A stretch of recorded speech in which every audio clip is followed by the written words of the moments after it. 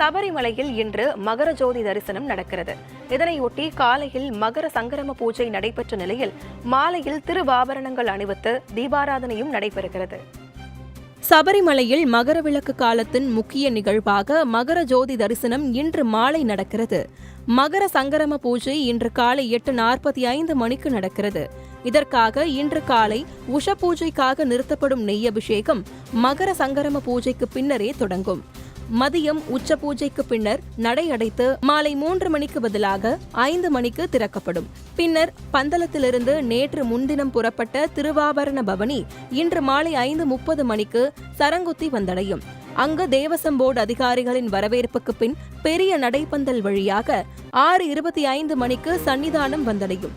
தந்திரியும் மேல்சாந்தியும் திருவாபரண பெட்டியை வாங்கி நடை அடைத்து ஆபரணங்கள் அணிவித்து நடை திறந்து தீபாராதனை நடத்துவர்.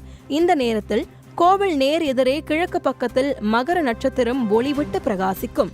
பொன்னம்பலமேட்டில் 3 முறை ஜோதி காட்சி தரும். இதை கண்டு தரிசிப்பதற்காக 5 நாட்களாக சன்னிதானத்தில் பக்தர்கள் ஏராளமானோர் முகாமிட்டு உள்ளனர்.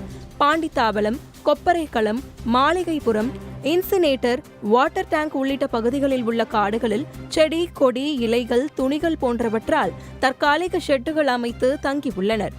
மகர ஜோதி தரிசனம் முடிந்த பின்னர் பக்தர்கள் திருவாபரணங்கள் அணிந்த ஐயப்பனை தரிசிக்க முண்டியடிக்கும் போது நெரிசல் ஏற்பட்டு விடாமல் தடுக்க போலீசார் முன்னெச்சரிக்கை நடவடிக்கை எடுத்து வருகின்றனர்.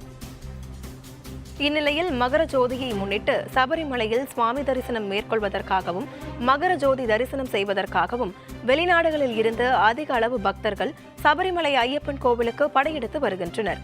இந்த நிலையில் இலங்கை தலைநகர் கொழும்புவில் இருந்து சென்னை வரும் அனைத்து விமானங்களிலும் 100க்கும் மேற்பட்ட இலங்கையை சேர்ந்த ஐயப்ப பக்தர்கள் சென்னை வந்த வண்ணம் உள்ளனர்.